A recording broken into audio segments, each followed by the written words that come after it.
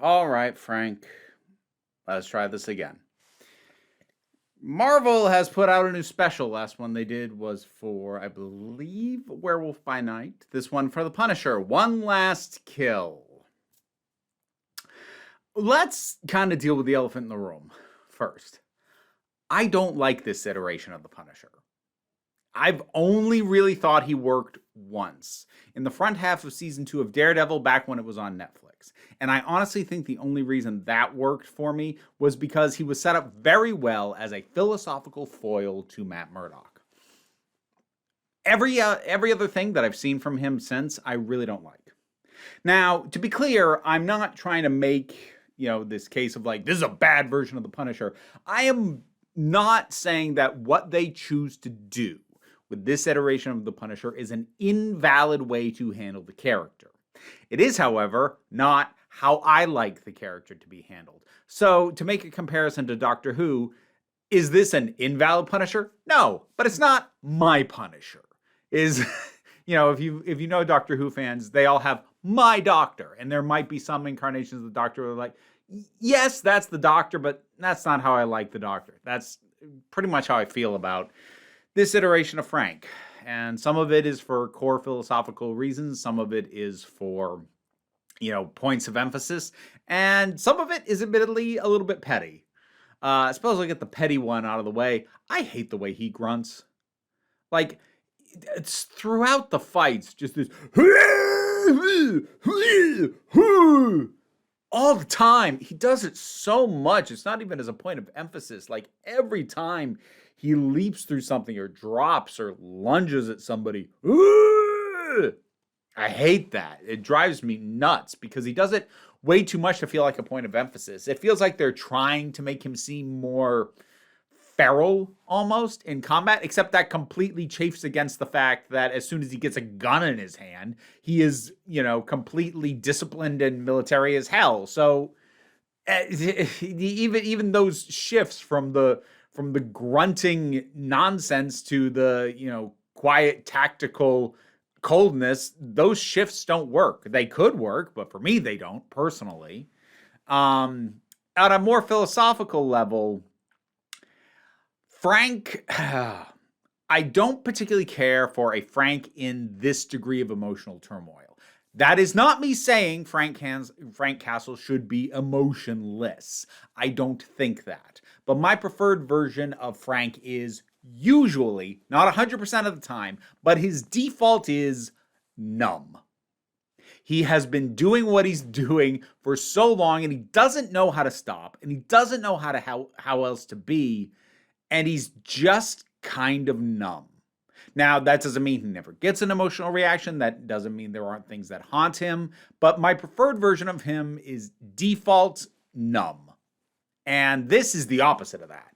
This guy's in constant emotional turmoil. He's a complete emotional wreck, which is not how I prefer the Punisher to be handled. Again, not an invalid way to handle the character. Then again, if you're going to do this much about his emotional turmoil, I'd appreciate it more if you actually did something with that. Like, there was a moment early on that I loved, and I really would have liked to have gone somewhere. Because he's got this bit where he's sort of flashing back to his Marine buddies and thinking of them and kind of having visions of them. I'll circle back on like his visions and flashbacks in a minute because I'm a little mixed on those. But there's this one little moment where he's looking at this guy who was clearly like his best friend in the military, and he says to him, I think I need help. I really loved that moment because if you're going to explore the emotional turmoil of Frank Castle, having him actually say out loud, I think I need help, that's big. That's huge, potentially. Doesn't go anywhere. It's just a thing he said. I'm glad he said it, but it's just kind of there. Whatever.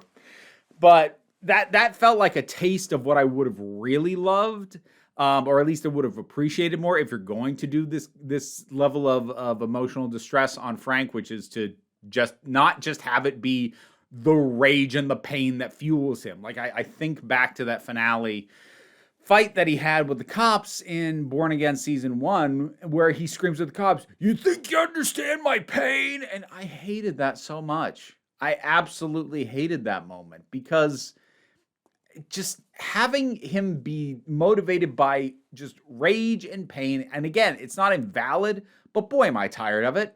I've seen this version of him motivated by that nonstop. And I said I was a little bit mixed on the flashbacks. So here's the good part of the flashbacks. I actually really appreciate that there are little moments where we get these hints that even before he lost his family, he wasn't fully present. He was kind of distant, that he maybe, while he was certainly probably trying, he wasn't a great dad. He wasn't a great husband. That doesn't mean he doesn't feel lost, and it doesn't mean he isn't mourning or in need of some kind of catharsis. He's chosen violence for that. And you can debate whether or not that's okay, but like that's the core of the character. So if you don't think that's okay, you probably shouldn't be watching this. Manucci. It was interesting seeing her turn up. It was odd not seeing that tied off and resolved. Are they planning more specials? The actress they got for her, I like. I know her from Ugly Betty, so she showed up. I'm like, oh hey, nice. And I do kind of like. Again, it's an idea that the thing skims off of, but doesn't really delve into, which is, I mean, yeah, it's a little bit cliche, the cycle of violence thing at this point, but I like that it was much more about her showing up and saying, Frank, I'm exactly like you. My entire family is gone. Like, not just making it about you hurt me, so I hurt you back, but starting from a position of, I am literally in the exact same place you were when your family first died. And I like that as a starting point for their interaction. And it really, at 40 whatever minutes, once you lop the credits off, I really would have rather they fleshed this out into a movie.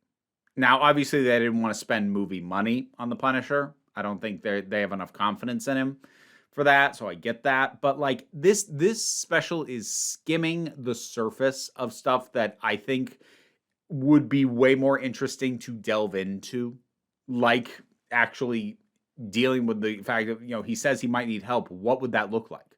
What does Frank trying to get help look like? What's he actually going to do when fully confronted with Manucci?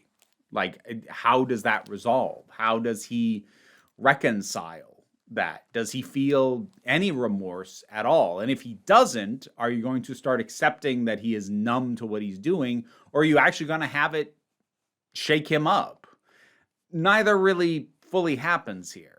Like, he's kind of accepted his role as the Punisher by the end, but that just that state of being that, this is just what I do, felt tacked on. It didn't feel earned based off what happened here. And a whole lot of the time is spent on the action scenes, which, aside from the grunting, are good. They're well shot. It's solid action.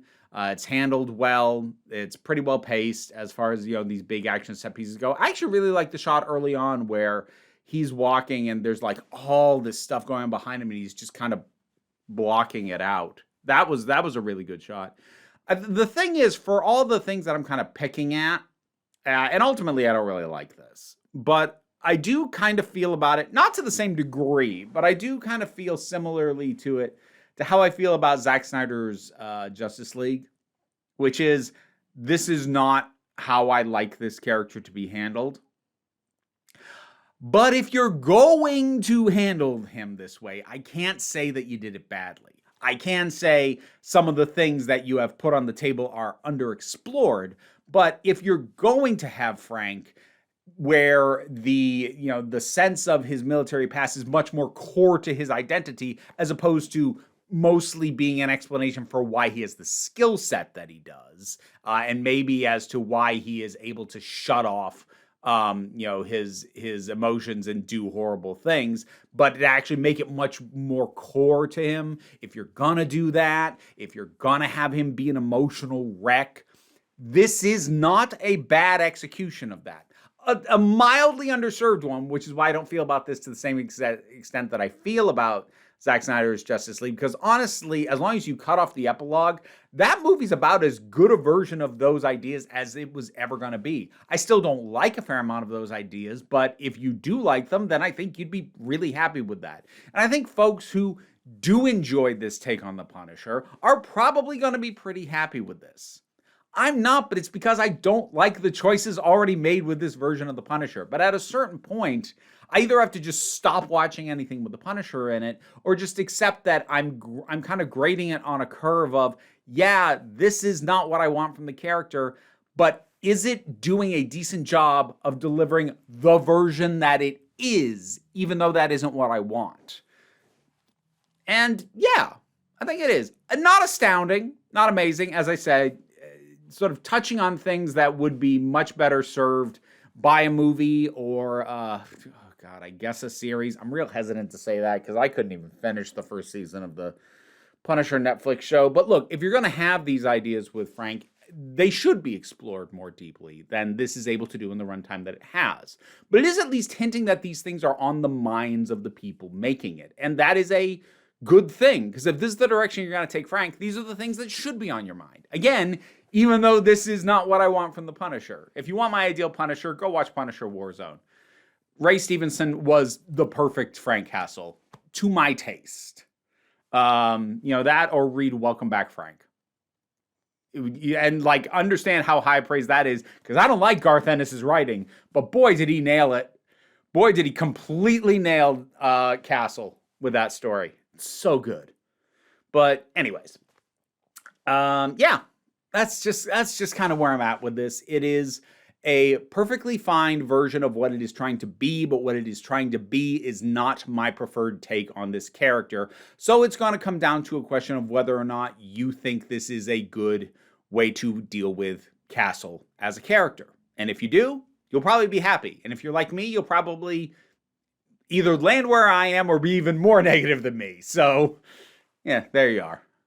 I actually don't know what the general thought is on his Punisher. The general feeling that I get is mostly leaning positive. So I must be an outlier, or at least I feel like I am. It's just that this take on Frank is just not. It's just not for me. It's to make another comparison that is slightly odd.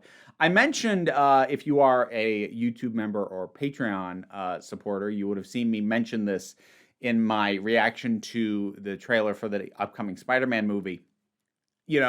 Peter Parker being miserable and having the worst luck in the world and just his life sucks is a completely valid take on the character. It's actually a pretty common take on the character, and it's fully backed up by a ton of stuff in the comics.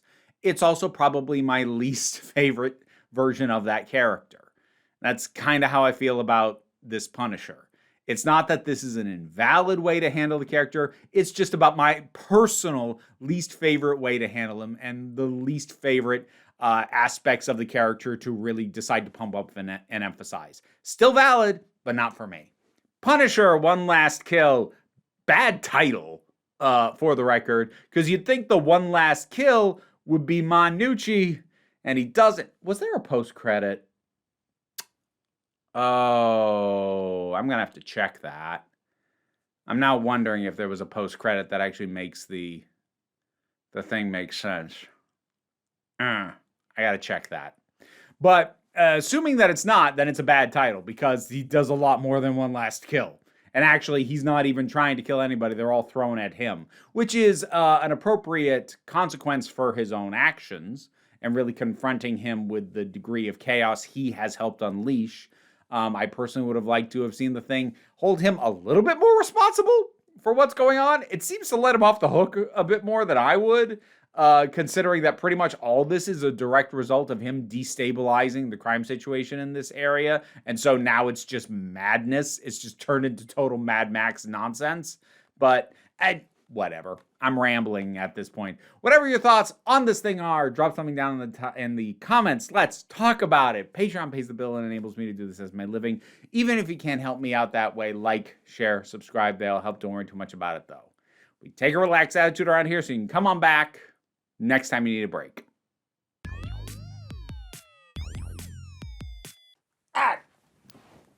I just checked. There's no post credits. It's a bad title. There we go. And now to thank my highest supporting patrons: Robin Moore, Jared Boyce, Zubin Lutfula, Auntie Kate 808, Mira G, Angry Casperl, Dave Hall, Snark Shark, Oliver B, Mystic Shadow, Sean Miller, Welsh Wrestling Geeks, Melissa Pedersen, Becky Sparks, Twylord, Tracy Scrabbit, Paul Barabajoggle, Magdalena, and Sir Didymus is my favorite. Additionally, to thank some folks from the lower tiers of support: Lee and Andy, Gavin Hinden, and I Am Orcus. We have some new friends. We have Peppercorn and where'd the other one go? Where'd you go? Coriander has gone behind my head. They are very young and they haven't been integrated with the other rats yet, but soon. Okay, yes. Maybe you weren't quite camera ready.